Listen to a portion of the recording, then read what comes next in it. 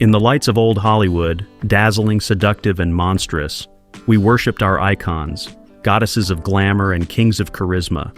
Their names still conjure nostalgia and perfection. We remember the triumphs, the glitter, the carefully crafted moments of cinematic magic. But behind the velvet curtains in that glittering facade stood stars whose brilliance was matched only by their chaos. Beautiful, talented, and utterly impossible. Their presence was a nightmare for everyone on set. These weren't misunderstood rebels challenging the studio system. They were tyrants, nightmares to work with, and legends for all the wrong reasons. Here are 17 vintage Hollywood stars everyone secretly despised. Spencer Tracy.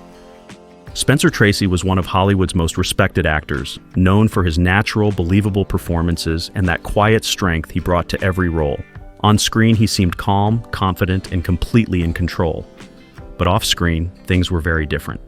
Behind that polished image was a man fighting a serious battle with alcoholism, a struggle that often made working with him a nightmare.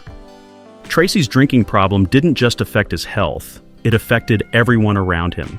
When he was sober, he could be kind, funny, and incredibly focused. But when he drank, he could turn aggressive and unpredictable. Crew members and co-stars often described him as pushy and difficult to handle. There were days he'd show up late, forget his lines, or completely miss his marks during scenes. And in the movie business, time is money, so every delay meant more stress, more wasted film, and a lot more tension on set. Producers never knew what version of Spencer Tracy they were going to get each day. The brilliant professional or the man lost in his addiction. Eventually, his drinking cost him roles. He was fired from several productions when his behavior became too much to manage. But the damage went beyond missed cues or reshoots. The entire atmosphere on set would shift whenever Tracy was in one of his moods. Directors, crew, and even fellow actors walked on eggshells, trying not to trigger another outburst. The pressure of working around his unpredictable behavior drained everyone's energy and made filming an exhausting experience. Still, despite all this, his talent was undeniable. When Spencer Tracy was focused, there were few actors in Hollywood who could match him. Vivien Leigh. Vivien Leigh, the dazzling star of Gone with the Wind, was one of the brightest lights of Hollywood's golden age. On screen, she was everything the world dreamed of. Beautiful, graceful, and full of fire. But behind that elegance was a woman fighting a silent, painful battle that very few understood. Vivien struggled with what we now know as bipolar disorder, a condition that causes extreme mood swings, shifting between deep depression and intense bursts of energy or mania. But back in the 1940s and 50s, Hollywood didn't understand mental health the way we do today. There was no compassion, no treatment plans, just harsh studio expectations and tight shooting schedules. When Vivien's mood swings became visible, people didn't see an illness, they saw unprofessional behavior.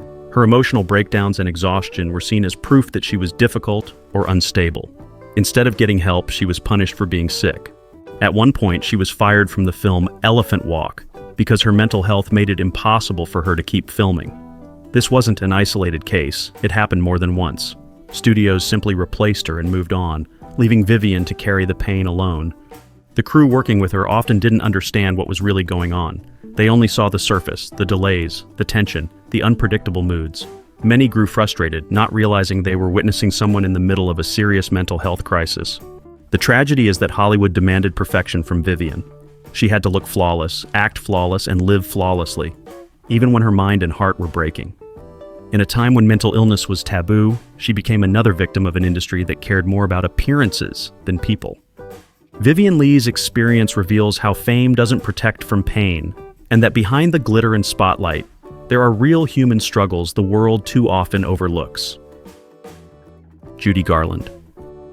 Judy Garland, the unforgettable voice behind Somewhere Over the Rainbow, was one of the most beloved stars of her time.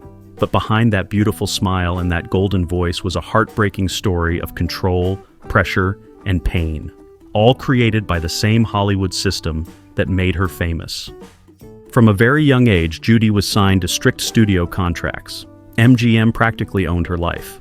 They decided how she looked, what she wore, and even who she dated. Her romance with fellow actor Mickey Rooney, for example, wasn't real, it was a publicity stunt, designed by the studio to sell more tickets. She wasn't living her dream, she was living someone else's idea of who she should be. And to keep her working non-stop, the studios put her on a dangerous mix of prescription pills. Some drugs kept her awake and full of energy for long filming days, while others were meant to help her sleep at night. On top of that, she was given pills to control her weight because the studio thought she wasn't thin enough for the camera. Over time, these drugs became an addiction that destroyed her body and mind. As the years went on, the pressure and exhaustion caught up with her. Judy began showing up late to set. Sometimes she didn't show up at all. When she did, she often couldn't remember her lines or was too sick to perform.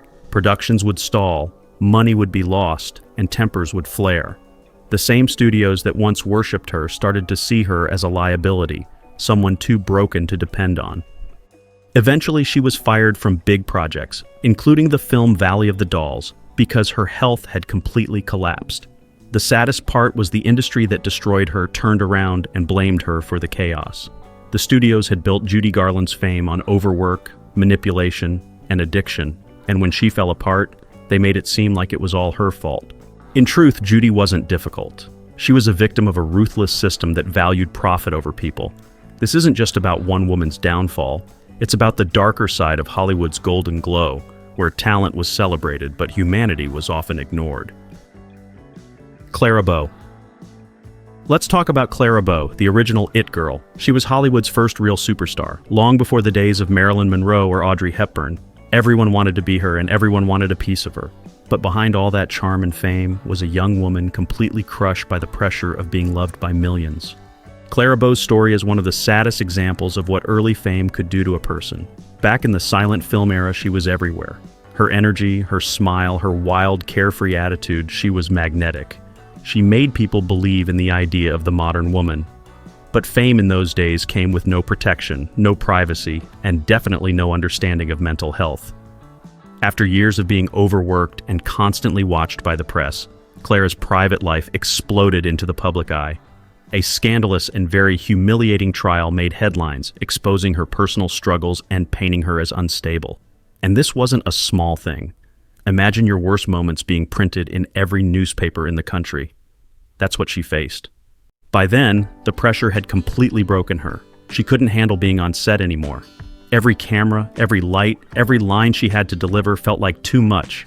The same studios that once called her their golden girl now saw her as a problem. She became too fragile, too anxious, and too emotional to keep up with the industry's brutal pace. Eventually, Clara herself had to admit she couldn't do it anymore. She asked to be released from her contracts, to walk away from everything, and she did. She left Hollywood at the height of her fame, choosing peace over stardom. But here's where it gets heartbreaking. Instead of compassion, she was met with resentment. People in the industry called her difficult. Directors and producers who had once adored her now saw her as unreliable. The crew members who had to deal with her breakdowns on set felt frustrated. They didn't understand that she wasn't lazy or unprofessional. She was sick, mentally and emotionally. Hollywood, even in its earliest days, had a dark side. The system built stars up to be perfect and untouchable, but the moment they cracked under pressure, the same system turned its back on them. She wasn't despised because she was bad or mean. She was despised because she broke down, because she reminded the world that behind all the glamour and glitter, stars are human too. Now let's talk about the stars who made life on set miserable, not because of illness or pressure, but because of their own behavior. These were the ones whose arrogance, constant arguments, or toxic attitudes created real tension and pushed away the directors, writers, and co-stars trying to work with them. Farley Granger. Farley Granger, the charming Hollywood heartthrob who worked with some of the biggest names in film, including the legendary Alfred Hitchcock. On screen, he looked calm, smooth, and totally in control. But behind the scenes, it was a very different story. Farley wasn't known for being easy to work with. In fact, a lot of people in the industry called him a huge diva. Now that might sound like gossip, but many of his co-stars and crew members actually said the same thing. Farley had this air of superiority, like he was the smartest person in the room. He wasn't loud or dramatic in the usual Hollywood way. His difficult side came out through constant disagreements and arguments, especially with writers. Whenever he got a script, instead of trusting the people who wrote it, he would question everything. He wanted things rewritten, changed, or explained in a way that fit his idea of how the story should go. Writers, who are basically the foundation of any production, quickly grew tired of it. Imagine spending weeks crafting dialogue, only for an actor to come in and tell you it's not good enough. That's exactly what Farley did, over and over again.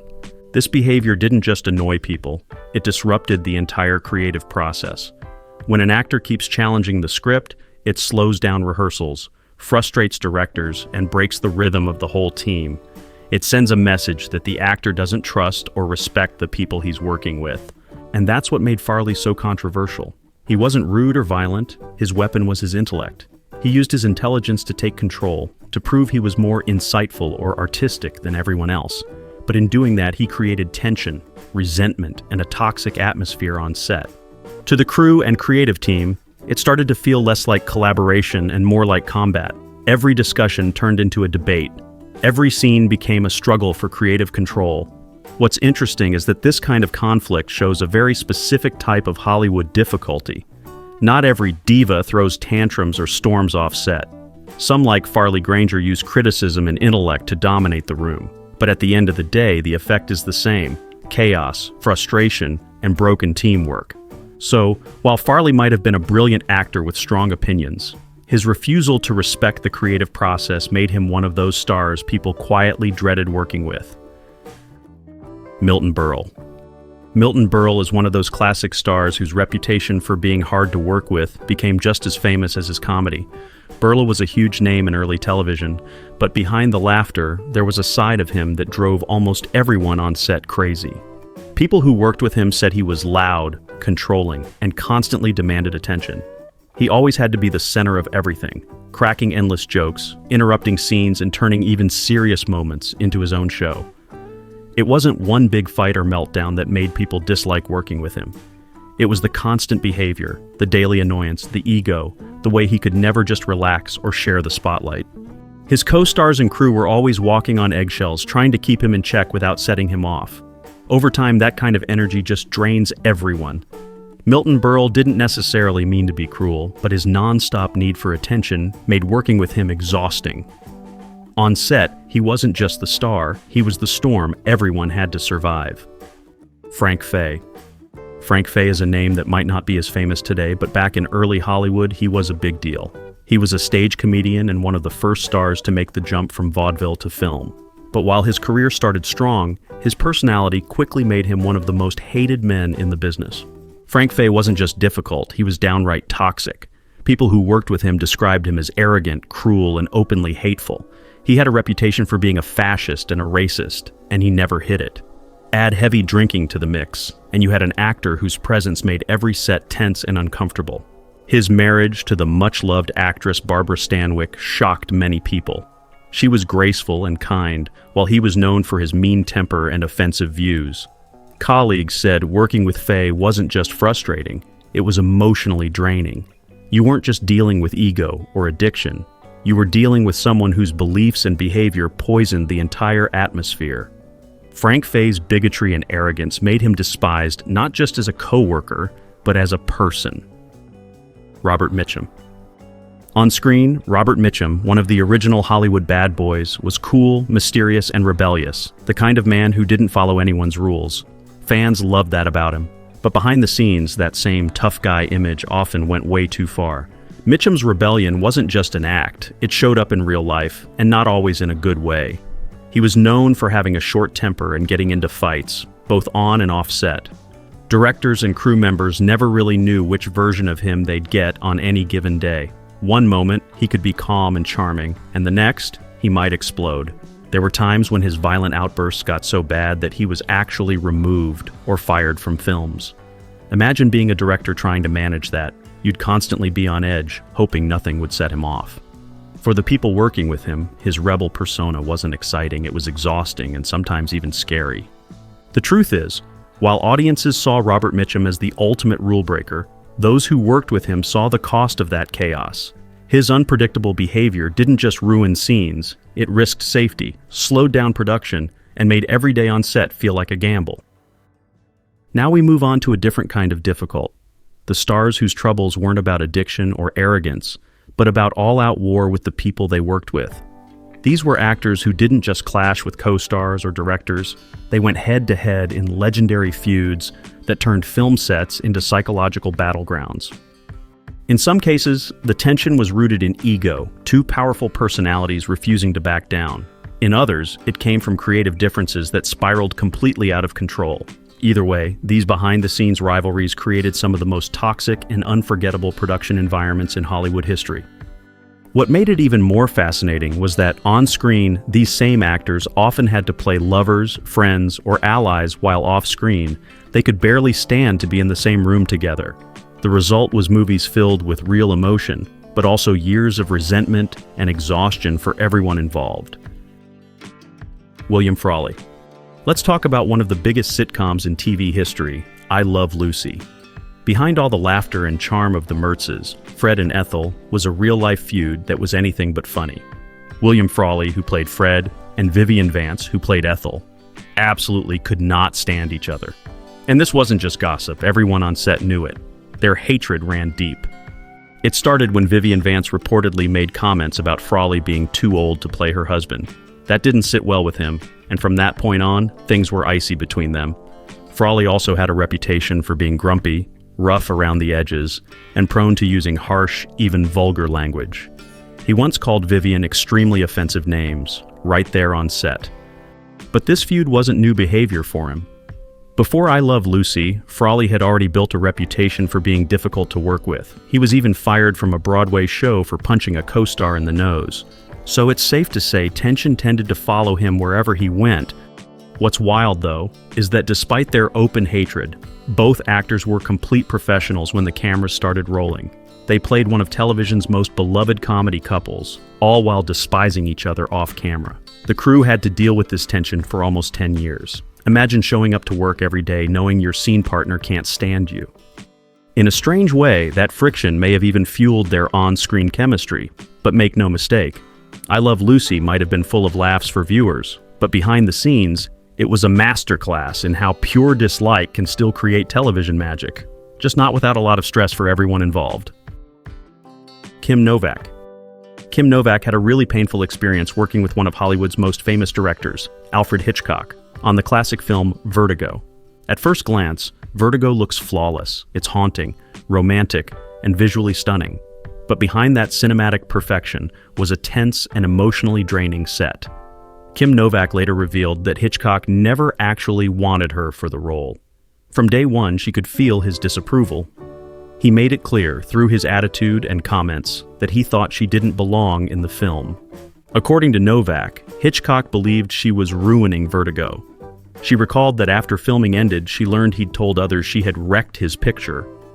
That kind of criticism didn't just hurt, it made her doubt her talent. She said it was as if Hitchcock couldn't handle his own creative frustrations, so he took them out on her instead. And this wasn't just paranoia. Hitchcock himself later admitted that their working relationship was full of unpleasant formalities. He eventually softened, acknowledging that audiences loved her performance, even calling her carnal on screen, which, let's be honest, was a backhanded compliment at best. The truth is, this wasn't just a clash of personalities, it was a power imbalance.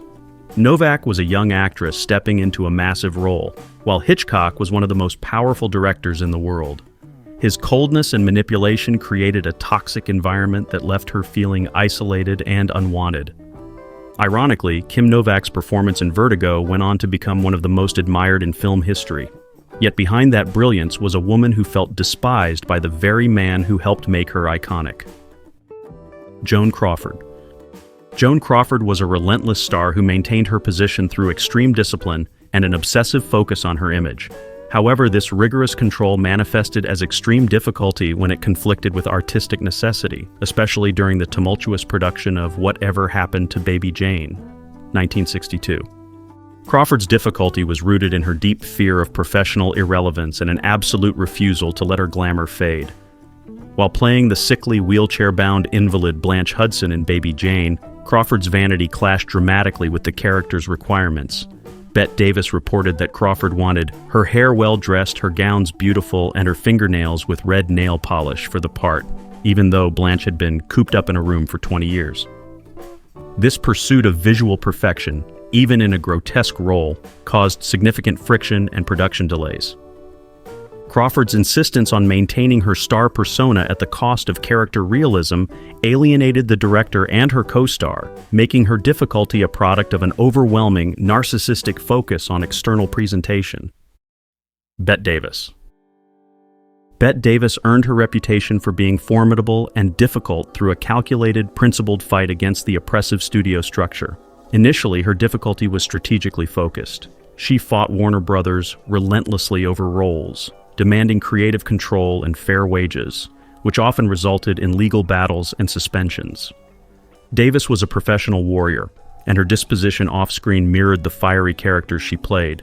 However, once she gained significant power and creative leverage, her professional rigor often devolved into intense personal malice, particularly directed toward rivals. While her initial disputes with Warner Brothers were about principle, challenging the status quo and control, her later conflicts, most notably with Joan Crawford, were pure, concentrated hatred. Davis's evolution shows how a star who successfully challenges the system can become utterly despotic once that power is consolidated, making her despised by those who suffered her formidable temper. The Apex Feud.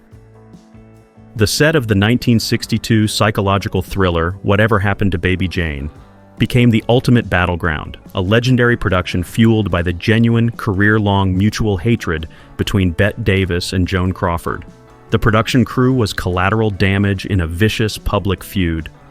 The rivalry was so intense that it manifested in acts of professional sabotage. Davis famously joked that the best time I ever had with Joan Crawford was when I pushed her down the stairs in Whatever Happened to Baby Jane. This dark joke perfectly shows just how real the hatred between the two women was. According to rumors, Joan Crawford even tried to hurt Bette Davis during one scene. In the famous moment where Davis's character drags Crawford's across the floor, Crawford reportedly wore a heavy weight belt under her costume just to make it harder and more painful for Davis to pull her. The tension between them was so bad that it nearly stopped production. Every day on set felt like a battlefield, with both stars trying to outdo or sabotage the other. But here's the shocking part. The studio didn't stop it. In fact, they let it happen because their real-life feud made the movie feel even more intense on screen. And the bad blood didn't end when the cameras stopped rolling. Even after Crawford died, Bette Davis refused to forgive her. When asked to comment, she famously said, "You should never say bad things about the dead. You should only say good. Joan Crawford is dead. Good." Their rivalry became one of Hollywood's most iconic. Now let's talk about stars who weren't just difficult, but also costly. Their moods, egos, and breakdowns drained budgets, delayed shoots, and pushed everyone on set to the edge of exhaustion. Gene Kelly. Gene Kelly, the legendary dancer and director, was known for his talent, but also for how tough he was to work with. His perfectionism made every set feel like a pressure cooker. Kelly demanded absolute precision from everyone, from his co-stars to the dancers, and he had little patience for mistakes. He was famous for losing his temper, shouting when things didn't go his way, and even pushing himself so hard that he'd get injured. His need to control every detail created an atmosphere of fear and tension. Working with Gene Kelly often meant greatness on screen, but emotional exhaustion behind it. Laurence Olivier. Laurence Olivier, widely considered the greatest English actor of his generation, imported a specific type of arrogance to Hollywood sets, the ego of the seasoned, classically trained thespian who views film as a lesser medium. His period of difficulty peaked during the production of The Prince and the Showgirl, 1957, where he directed and starred opposite Marilyn Monroe. Olivier's disdain was directed not only at Monroe's method acting techniques, which he viewed as undisciplined and unserious, but also at the entire Hollywood system. The resulting tension between the condescending British contingent and the emotionally fragile American star was palpable, creating a thoroughly hostile and divided set. Monroe's chronic lateness and inability to perform were symptoms of deep-seated issues, but Olivier treated them with cold contempt rather than understanding, making him despised by many of the crew who sympathized with Monroe and resented his condescending leadership. Olivier's difficulty was expressed through intellectual and cultural snobbery, fracturing the collaboration required for successful filmmaking. Marilyn Monroe.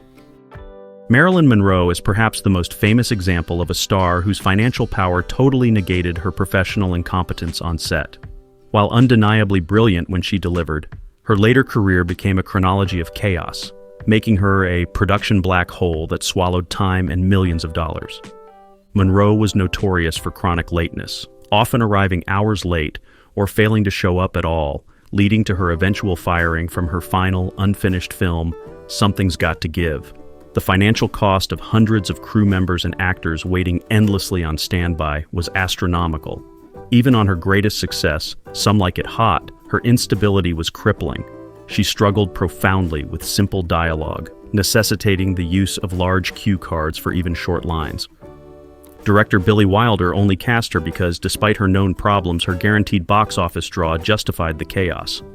Monroe wasn't hated for being intentionally cruel, but for being professionally defunct. Her inability to function represented the ultimate business liability, forcing production units to constantly navigate the enormous financial and logistical burden of her emotional fragility. Wallace Beery. Wallace Beery stands out as the darkest name on this list, a star whose behavior went far beyond being difficult and entered the territory of cruelty and alleged crime, all while being protected by the studio system. A huge MGM star, Beery was widely hated by almost everyone who worked with him. Co-stars described him as mean-spirited and hard to be around.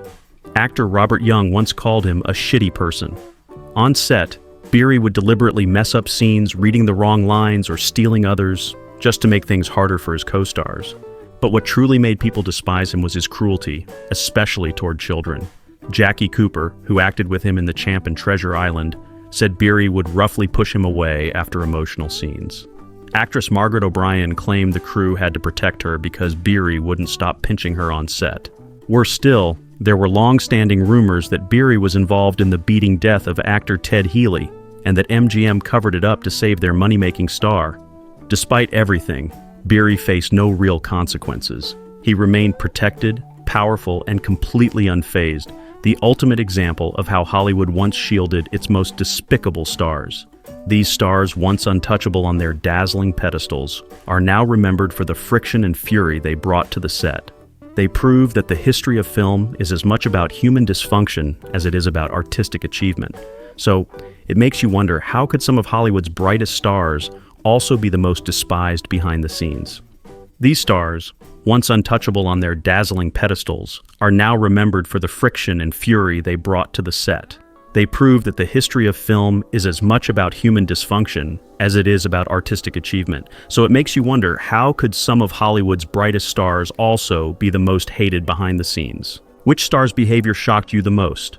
Drop a comment below. And if you enjoyed this deep dive into Hollywood's most despised stars, don't forget to like, subscribe, and turn on the notification bell so you never miss a story from cinema's darker side. Thanks for watching.